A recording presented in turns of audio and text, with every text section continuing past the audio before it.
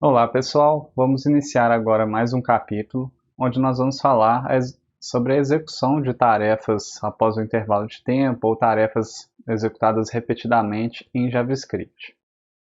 Nessa primeira aula nós vamos falar sobre uma função chamada setTimeout. É uma função bastante utilizada em JavaScript, que ela nos permite agendar a execução de um código, de uma função, após um intervalo de tempo pré-determinado. Para ver um exemplo de uso do setTimeout, vamos considerar a aplicação que eu tenho a seguir. Eu tenho aqui um campo de busca, o meu elemento input aqui no meu HTML, e temos também aqui uma lista não ordenada de resultados. No nosso script, o que nós fazemos? Obtemos aqui uma referência para o elemento L, para o elemento input. Eu tenho uma função aqui que vai buscar no meu back-end, na lista de funcionários, filtrando por uma query, que aí vai ser o texto que vai estar digitado no campo de pesquisa, por exemplo. Aí eu faço essa consulta no back-end e depois gero aí uma lista, um conjunto de elementos LI com os resultados da minha busca e preencho isso dentro do inner HTML do nosso elemento L. Se a busca é vazia, ou seja, vai cair no else dessa query, eu simplesmente coloco um resultado vazio. Se tem algum resultado, eu coloco lá. E aí essa nossa função search, ela é chamada sempre que o campo input ele é digitado, né? Então eu escutei aqui o evento input e eu chamo uma função onQueryChange de forma que a função de busca seja chamada e consequentemente vai buscar no back-end e vai imprimir os resultados.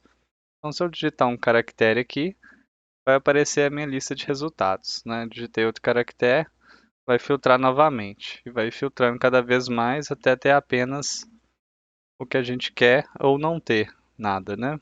Não ter um resultado.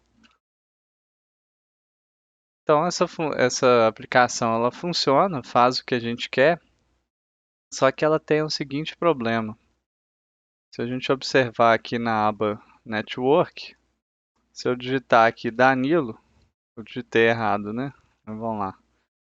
Danilo, olha o tanto de busca que foi feito aqui para buscar pela palavra, né? Então a cada caractere digitado, ocorre uma busca, mesmo quando você esteja buscando muito rápido, digitando muito rápido, perdão.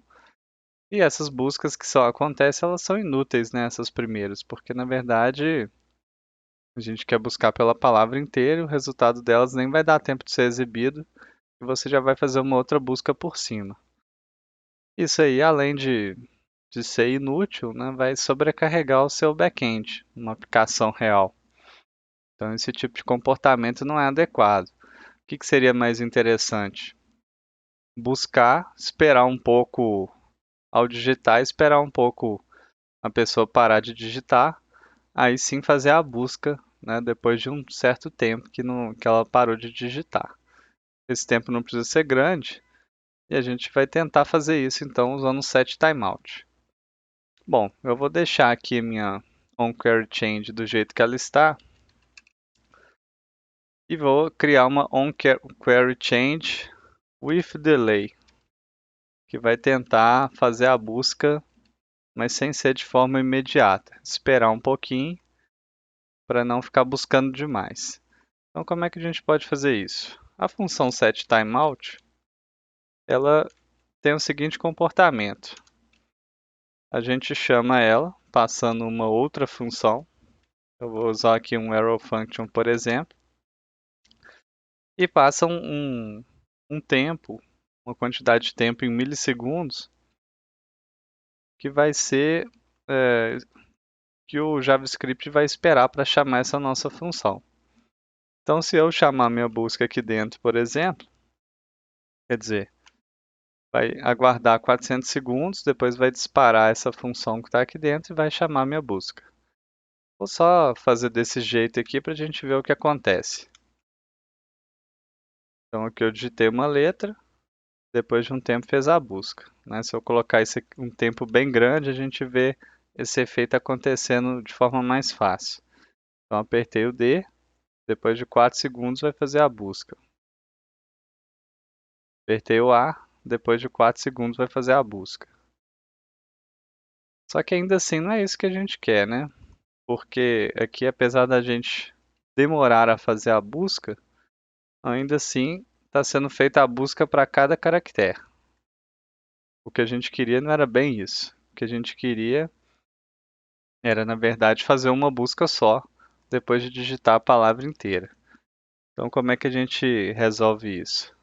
Bom, na verdade é o seguinte: quando a gente chama o setTimeout, essa função ela retorna um valor que é uma espécie de identificador que pode ser utilizado para cancelar aquele timeout. Então eu vou salvar aqui, chamar de timeout essa minha variável, esse meu valor que é retornado pelo setTimeout. E isso aqui eu posso usar então para cancelar o timeout, chamando a função clearTimeout e passando essa variável como parâmetro. Então olha só o que a gente pode fazer. Quando chamar o onQueryChange, se já tiver um timeout definido, a gente pode cancelar ele e criar um outro timeout, né? Daí vamos supor que a gente vai esperar meio segundo, né, para fazer a busca. Então quer dizer, eu fiz a busca. Na primeira vez que eu fiz, vai criar esse timeout. Daí a meio segundo ele vai disparar. Só que se acontecer uma mudança de input antes dele disparar, o que a gente quer fazer é cancelar o timeout que já existia e criar um outro. Então como é que a gente pode fazer isso? Eu vou declarar minha variável aqui fora, porque se ela ficar aqui dentro ela vai ser local e vai deixar de existir entre uma execução e outra. Então eu vou fazer da seguinte forma. Eu primeiro testo se já não tem um timeout. Então, por exemplo, if timeout. Se tem um timeout, então eu vou chamar o clear timeout, passando o meu timeout. Ou seja, eu vou desregistrar esse meu timer que está definido aqui. E aí aqui embaixo eu vou registrar um novo timer para daí a meio segundo. Se eu ficar mais de meio segundo sem digitar, esse timer vai disparar e aí a gente vai fazer a nossa busca, né?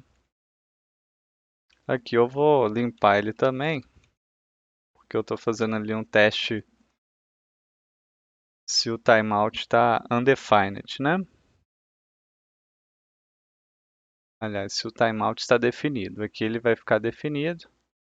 Aliás, é que eu estou fazendo no lugar errado, né? Eu tenho que deixar o timeout undefined aqui dentro da função do timeout. Então, depois que disparar, ela limpa aí essa variável timeout. Vamos ver o que aconteceu então. Agora eu vou digitar ali vários caracteres ao mesmo tempo. Buscou uma vez só, né? Digitei 3 caracteres, fez uma busca. Então tá funcionando aí mais ou menos do jeito que a gente quer. Digitei um caractere, buscou, né? Apaguei tudo aqui, não buscou nada, porque quando a query é vazia a gente não busca, né? Então lá, apaguei um caractere, fez uma busca, apaguei os 3 ao mesmo tempo, não fez busca nenhuma. Então com isso a gente conseguiu fazer o comportamento que a gente queria, né? Agora só para melhorar um pouco esse código, tem algumas simplificações que a gente pode fazer. A primeira delas é o seguinte: a função clearTimeout, a gente pode passar para ela, mesmo que a gente passe um timeout que já disparou, ela simplesmente não vai fazer nada. Então, e mesmo se a gente passar um undefined ou qualquer valor aqui, a função clearTimeout ela não vai dar nenhum erro não, ela simplesmente não vai fazer nada, né? Então se eu passar aqui undefined, não acontece nada, mas também não dá nenhum erro. Então com isso a gente pode tirar essa verificação aqui e sempre limpar o timeout. Quando tiver um query change, a gente limpa o timeout, cria um novo timeout E isso aqui também agora é desnecessário, e a gente não tem mais aquele if. Então fica o código aí um pouco mais simples, né? A gente só precisa ter a variável timeout do lado de fora e continua funcionando a nossa função.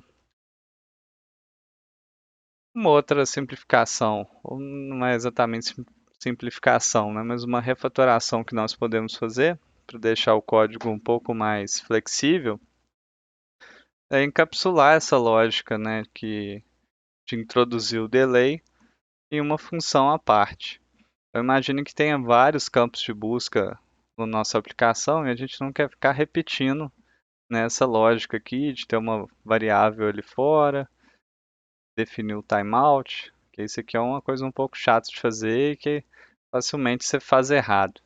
Então seria interessante que a gente pudesse simplesmente especificar, olha, eu quero executar essa função onQueryChange, porém com um atraso aí de 500 milissegundos, né, digamos. E a gente consegue fazer isso dessa forma aqui, ó. Então vou criar uma função que eu vou chamar aqui de withDelay. Ela vai receber uma função, receber um delay e vai retornar uma nova função que ela é executada via esse mecanismo do setTimeout com o delay especificado. Então, por exemplo, a gente vai pegar essa lógica aqui e fazer algo mais ou menos assim. Então, dentro da nossa função, nós vamos declarar uma variável timeout, assim como está feita ali fora, e nós vamos retornar uma nova função. Ela não precisa ter um nome, pode ser anônima, que ela vai fazer o quê? Primeiro dá um clear timeout e depois chama setTimeout com a função que a gente recebeu como parâmetro e passando o delay que a gente recebeu como parâmetro. Só isso. E agora como é que a gente usa? Em vez de usar aqui o onQueryChange with delay, eu posso simplesmente fazer assim, chamar nossa função withDelay, passar a onQueryChange, que é uma função, né, que não mexe com timeout nem nada, e aí a gente passa o nosso delay, que é 500. Então essa withDelay transforma uma função normal numa função com esse delay introduzido aí de 500 milissegundos. Vamos ver se funcionou?